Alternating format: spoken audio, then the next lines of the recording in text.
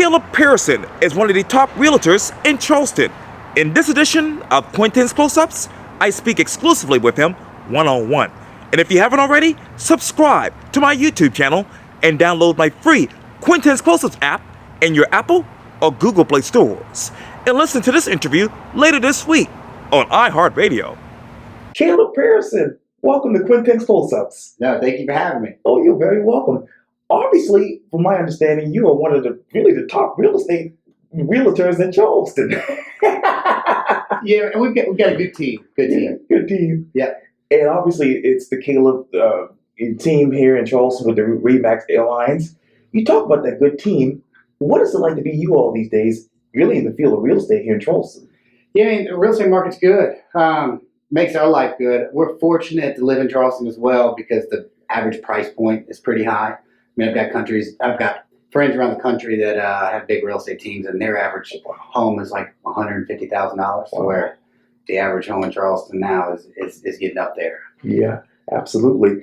And you talk about those price points. What are those price points right now in Charleston? I just pulled the data the other day. I mean, Mount Pleasant, the average price home in Mount Pleasant is over $600,000 now. Wow. Which it's getting up there. We're seeing our average price point for our team is around $350,000. So those are good numbers. We're fortunate to be in the industry that we are in. Amen. And obviously, the Caleb Pearson team has skyrocketed to become one of the most recognized real estate teams in the Charleston area. And you all said this on your website, quote, "We pride ourselves on helping buyers and sellers achieve their goals and work diligently to provide the highest level of customer service in all of our real estate transactions." When you look back at 2019 right now, what were the real estate transactions in your mind? What were the real estate transactions like? From our team, or yes, sir. Now, there's no such thing as a perfect real estate transaction. Our goal is to try to create a perfect real estate transaction, yes, and we've been in business now for about 7 years. Wow. The process has gotten better and better and better as we've improved every month as a team. But overall, I'd say we had a very, very good year as far as customer service goes and client satisfaction. That's exactly right. You talk about that process. How is that general process in your mind? So it's a different process for buyers and sellers.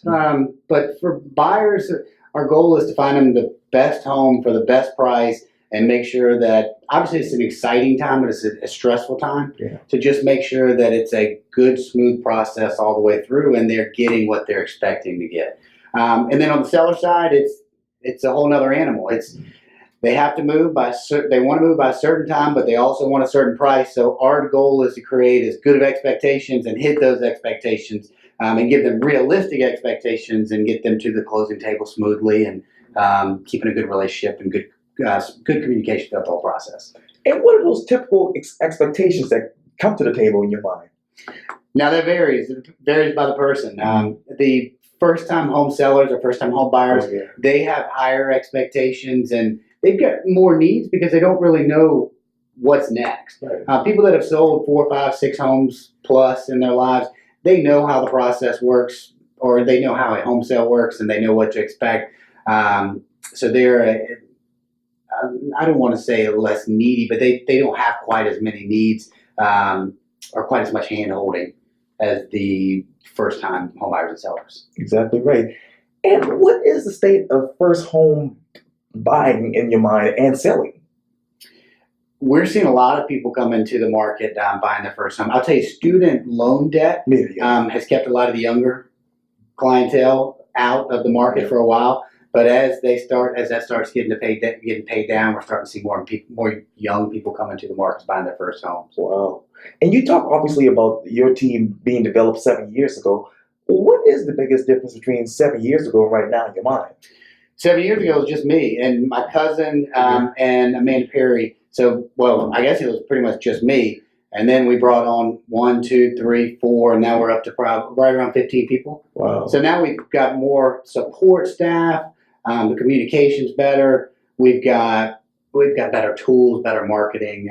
We've come a long ways in 7 years. In 7 years, you obviously talk about marketing. I was just looking at statistics just recently, and it comes from the NAR, right? A few stats about the real estate agents as we enter 2020, and it stuck out to me this. Obviously, the 48% of the brokers report that keeping up with technology is the biggest challenge that agents face. What other challenges do you all face right now? That changes every 6 months as the market changes.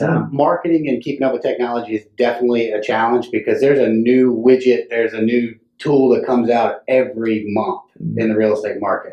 But staying on top of that game and making sure that you create the best marketing for your client, that you get your house in front of as many eyeballs as possible, and that you're I'd say negotiating is another key point that you really have to make sure that you're skilled at when you're working with these buyers and sellers.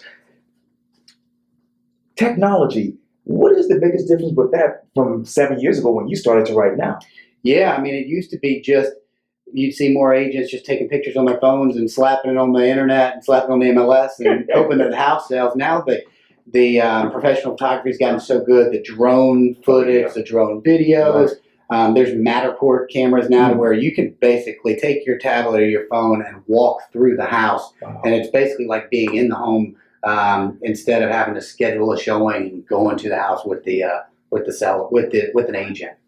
Wow, that's amazing. And let me get back to you. Obviously, you have become one of the most recognized realtors in Charleston due to your competitive spirit as well as your passion that is. And I'm wondering, what spirit and passion do you have right now? Man, I just love real estate. I came into real estate not really knowing what to expect out of it, and now obviously I've got I've got some of my family working with me. I've got some of my best friends. So I wake up every day and I love what I do. That is so amazing. Sorry, someone just called me on the phone. No, that's fine.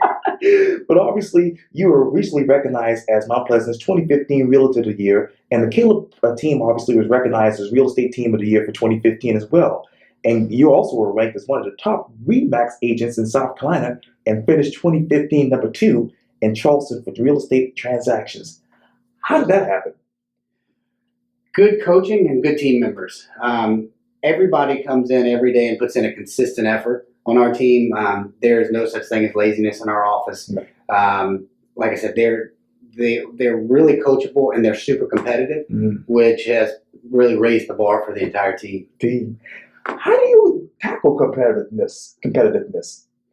I think every office tackles it differently. We post scoreboards in our office. We post numbers every week, so you never want to be at the bottom of that scoreboard. So, I mean, we drive competitiveness pretty hard. What is the state of real estate going 4, 5, 10 years from now in your mind? That's a question that I get all the time. I think that the technology, there's going to be some sort of disruption in the market as far as a real estate agent in general goes.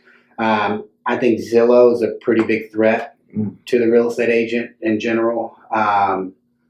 I don't know the answer to that, but I do think that technology is making showings a lot easier. It's making the decision making and the information that these buyers and sellers can find in today's market is so much more ahead and advanced than it was a few years ago, and that'll continue to get better and better. So the need for just the average agent won't be there. Only the high producing agents will be. I think will survive over the next, call it 5-10 years.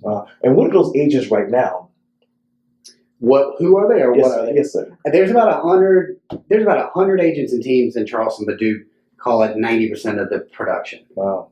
Yeah, amazing. So I think there's close to 7,500 agents in the market, but about 100 of us do most of the business. Wow.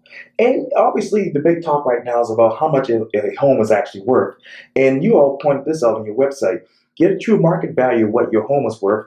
Your home's value is determined by your team of real estate experts. What is that true market value right now? So every house is different. But one thing we do is we give a free home evaluation for anybody that needs it. Or let's say you own a house and you just have no idea what it's worth. You can give us a call. We'll come out, sit down, do a quick consultation, show you some homes similar to it that have sold, and give you an idea of what you can do to make sure that it's worth as much as possible in today's market. And also on the website it reads this: you all gain access to obviously exclusive inventory of 8,000 Charleston area homes you can't find online.